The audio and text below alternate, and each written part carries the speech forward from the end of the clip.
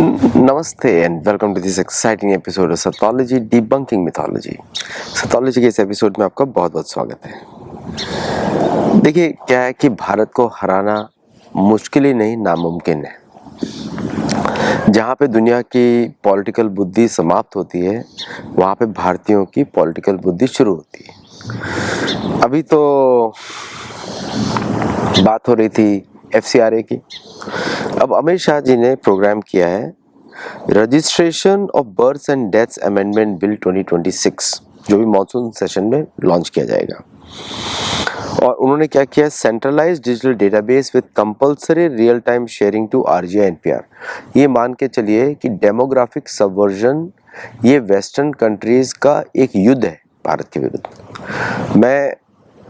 मैंने बहुत रिसर्च किया है किस तरह कॉलोनाइजेशन हुआ इन देशों में और किस तरह भारत को या उसी मॉडल पे लगाया जा रहा है जैसे कि साउथ अमेरिका को कन्वर्ट किया गया था चर्चेस के through. Church plantation, soul plantation, inculturation, मतलब हिंदू सनातनी वैल्यूज को, जैसे कि अभी तो ये भी प्रतिबंध लगाना चाहिए कि कोई भी जीसस को भगवा वस्त्र में ना दिखाए, कोई भी हमारे ऋषि मुनियों के सिर से तिलक ना हटाए इमेजेस में, इस पे बैन लगाना चाहिए।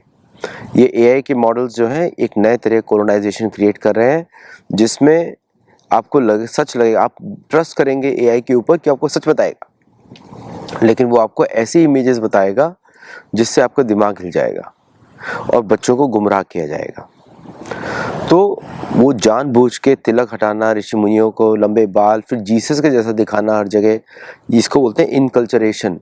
मतलब आपके घर में घुस के उसको ऐसा दिखाना, बाकी लोग ऐसे बोला जाता है जीसस की भारत में कब्र मिली, सब झूठ है, ये सब मिशनरीज ने फैलाया है। ठीक है, जीसस नाम का व्यक्ति कभी एग्जिस्ट ही नहीं किया, इसको अमेरिकन रिसर्चर्स प्रूव कर चुके हैं, रोमर्स बोल चुके हैं। ओके, नाम ही कभी व्यक्ति कभी एग्जिस्ट नहीं किया, जीसस नहीं तो मोसेस कहाँ से आ गया? ये सब काल्पनिक कहानियां हैं, ओसिरिस की कहानियां हैं, इजिप्शियन कहानियां हैं। ओके, तो आधार आइडेंटिफिकेशन मतलब कि नो मोर आइसोलेटेड लोकल रजिस्ट्रेशंस, जो जहाँ पे भारतीय आइडेंटिटी बनाई जाती थी। तो नाउ जो है कि आधार ऑथेंटिफिकेशन फॉर पेरेंट्स, तो birth certificate become the gold standard proof. अब ऐसा ना हो कि जिसके माता पिता ही लीगल हो तो उसके बच्चे कैसे लीगल हो जाएंगे? भारत में बर्थ बेस्ड सिटीजनशिप नहीं है। ओके, तो अगर हॉस्पिटल में लाया जा रहा है तो सारे हॉस्पिटल्स को जब्त करना चाहिए। ये IMA जो है, ये सारे IMA भी टूल है एक तरीके का, इंडियन मेडिकल एसोसिएशन, उसकी जांच होनी चाहिए कि वो क्या कन्वर्ट कर रहा है आधार, मतलब कि वो को are they also involve in that racket also, देखना पड़ेगा। ये बड़ा भयंकर बीमारी है, चर्च हर जगह जब घुस जाता है तो ये सब काम करता है।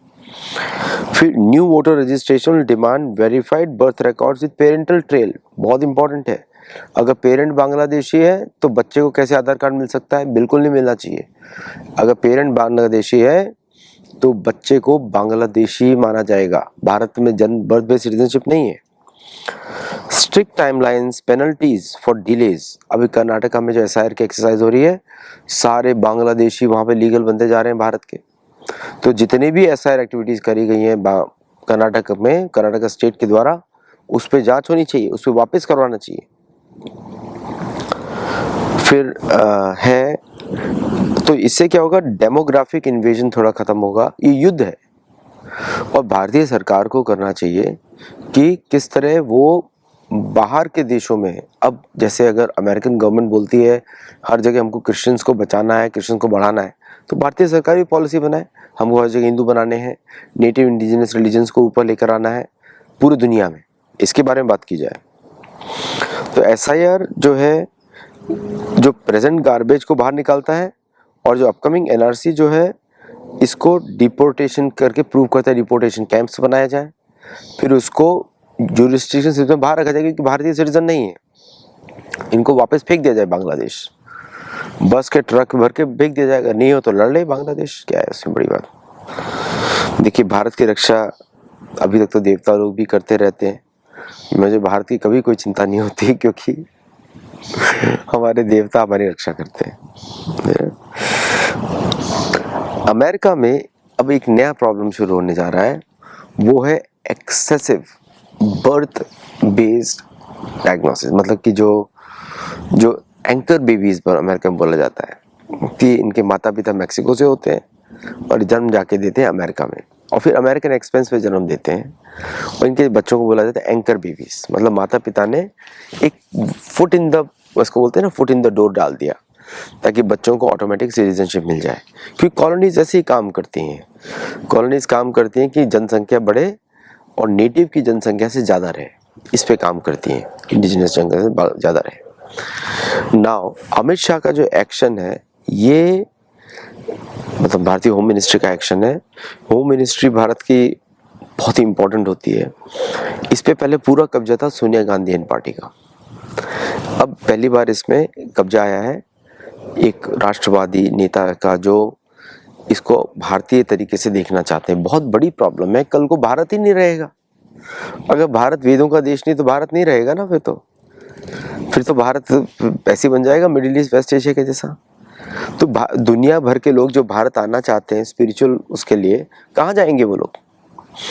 शिव जी के भक्त कोई सिर्फ भारत में थोड़ी है, शिव जी के भक्त तो अर्जेंटीना में भी है, चिले में भी हैं, और सबका घर भारत है। ओके, क्योंकि वो सब भक्त हैं, भगवान कृष्ण के भक्त हैं, लीलाएं वहाँ पे हुई हैं, राम की लीलाएं हुई हैं, तो कहाँ जाएंगे वो लोग? भारत में आएंगे तो फिर भारत में जो गड़बड़ी मचा रहा है, जिससे भाग के आ रहे हैं वो वहाँ पे भारत में वही आ जाएगा। तो भारत को तो पूरी तरीके से 100% सनातन राष्ट्र, 100% वेदों पे आधारित, और अगर किसी को पसंद नहीं है तो कन्वर्ट हो जाओ, नहीं तो उस देश में चले जाओ जहाँ से तुम्हारा धर्म आता है, भारत में रहने की जरूरत नहीं है ना। ये बोलना पड़ेगा क्योंकि बाकी देश तो है ना इनके सारे, भारत में क्यों प्रैक्टिस करना है, उधर जाके प्रैक्टिस करो। अब जो है अमेरिका को भी समझ में आ रहा है कि अब अगर हमने पंगा लिया, क्योंकि आज वो अगर हमने और पंगा लिया भारत की इंटरनल सिक्योरिटी के साथ तो अमेरिका को बहुत लेने के देने पड़ सकते हैं। जैसे अमेरिका के 2 ऑपरेटिव पकड़े गए, एक पकड़ा गया बंगाल में, एक नई दिल्ली एयरपोर्ट से जा रहा था वो, उसकी तो हालत ख़राब हो गई। अब दूसरा पकड़ा गया है, हीमैन बन के जा रहा था, अब उसको पता लगेगा भारतीय अतिथि देवो भव तो संतों के लिए होता है, बाकियों के लिए कोई और भव होता है ना। तो अब उसका हालत पता लगेगी, और अमेरिका को इससे बहुत बड़ी मिर्ची लगी है। इससे अमेरिका की पूरी डिफेंस एस्टेब्लिशमेंट की नाक कट गई कि हमारा एजेंट पकड़ा कैसे गया, भारत ने पकड़ कैसे लिया। मतलब उन्होंने एक ऑलरेडी मान के चला है कि हम लोग सब एंग्लो सैक्सन्स की बात कर रहा हूँ, क्योंकि अमेरिका के अंदर भी नॉन एंग्लो सैक्सन्स एक तरीके से चुप ही रहते हैं ना, उनको मीडिया वॉइस रहती है, कुछ नहीं रहता, गुलाम की तरह रहते हैं। ये सत्य बात है। चाहे बोल लें कि हमने बिजनेस बहुत अच्छा किया है, ये बहुत अच्छा किया है, तो उनको उसका टैक्स देना पड़ता है और they can stay as long as, लेकिन जैसे ही उनका कुछ प्रॉब्लम हुआ दे आर ट्रीटेड, उनको पता है ना उनको पॉलिटिकल पावर है, ना पॉलिटिकल पावर में उनको आगे बढ़ने दिया जाएगा, उनको बस एंटरटेन किया जाता है कि आप यूएस कांग्रेसमैन से जाके मिल लो, फोटो खिंचा लो, यूएस के उधर से खिंचा लो, बस इतना ही, उसके ज़्यादा आपके कोई पॉलिसी से नहीं है। अगर आप बोलेंगे कि ईरान पे युद्ध मत करो, आपको निकाल देंगे, आपके कोई सुनने वाले नहीं है। अब जैसे रो खन्ना गए थे इजराइल में, तो उनको डिटेन कर लिया गया, सेटलर्स के पास गए थे, डिटेन कर लिया गया, और अमेरिकन गवर्नमेंट को छुड़ाने भी नहीं आई उनको। ठीक है, ऐसे ही होता है, चाहे आप कुछ भी बन जाओ, कांग्रेसमैन बन जाओ, सेनेटर बन जाओ, कुछ भी कर लो, as long as you are not important for them, you are not important for them. अब आते हैं जो अमेरिका का जो सबसे बड़ा डर है वो है India emerging as a leading military provider, और वो बन के रहेगा। 2030 के बाद आप देखेंगे सडन राइज हो जाएगा। हमारे शोज में हम लोग बताते भी रहते हैं, आपने देखे होंगे मेरे अंकित जी के शो में, वो बताते भी रहते हैं कैसे होता है। लेकिन 2030 के बाद ही क्यों बात हो रही है? क्योंकि अब कोई और चारा नहीं बचा है उनको करेंसी डिवैल्यू करने के अलावा, कोई चारा नहीं है, कोई चारा नहीं बचा है, क्योंकि कोई भी पॉन्जी स्कीम चलने वाली नहीं है। बिकॉज जैसे ही अगर वो करंट लेवल पे करेंसी लेवल को रखते हैं तो डेट सब लोग मान रहे हैं, तो 41 बिलियन डॉलर का बढ़ने वाला है, 40 ट्रिलियन डॉलर का बन जाएगा 100 अगर वो डिवैल्यू करेंगे तो, क्योंकि इट विल बी प्रोपोर्शनेट। आप सिर्फ करेंसी ये क्या सोचते हैं कि अगर हमने $2 में कोई सामान खरीदा है तो हम उसको डेप्रिशिएट, अब वो लोन है, तो $2 का ही रहेगा, लोन तो आपने $2 का लिया है, कोई डेप्रिसिएशन तो नहीं है कि 30% हर बार कम हो रहा है, ऑटोमेटिकली कम हो रहा है तो 10 साल में ऑटोमेटिकली लोन गायब हो जाएगा, नहीं, उस पर इंटरेस्ट पड़ती है।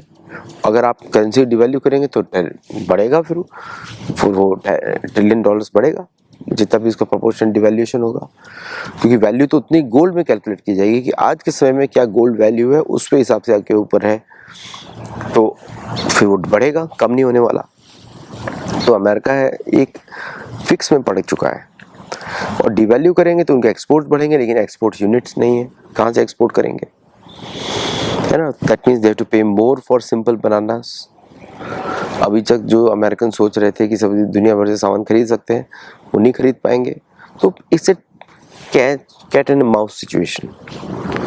तो अब उनका एक ही चाह रहा था कि भारत से चुराओ, पहले भारत का डेमोग्राफिक सबवर्जन करो, ये बहुत पुराना प्लान है कैथोलिक चर्च का और चर्च ऑफ इंग्लैंड का। अब भारत के पास आ रहे हैं, वेल्थ तो एशिया में है, वेल्थ कहीं और नहीं है, और एशिया को अब सुपरवाइज नहीं कर सकते, क्योंकि सब लोग ईरान युद्ध में वो देख चुके हैं कि अब क्या कर सकते हैं। जिस तरह का डिस्ट्रक्शन कर रहा है अमेरिका, दुनिया देख रही है, चुप बैठी हुई है, देख रही है क्या कर रहे हैं, क्योंकि लोग चाहते हैं कि अपनी सारी एनर्जी खर्च करो यहाँ पे। इन लोगों को भी समझ में नहीं आ रहा है, क्योंकि टेम्परेरी ग्रोथ मिल रहा है, थोड़ा मिसाइल ज़्यादा प्रोड्यूस होंगी, थोड़े फ्रिगेट ज़्यादा प्रोड्यूस होंगे, इससे कोई फ़ायदा होने वाला नहीं है किसी को भी। तो इट्स ए वेरी कैच-22 सिचुएशन।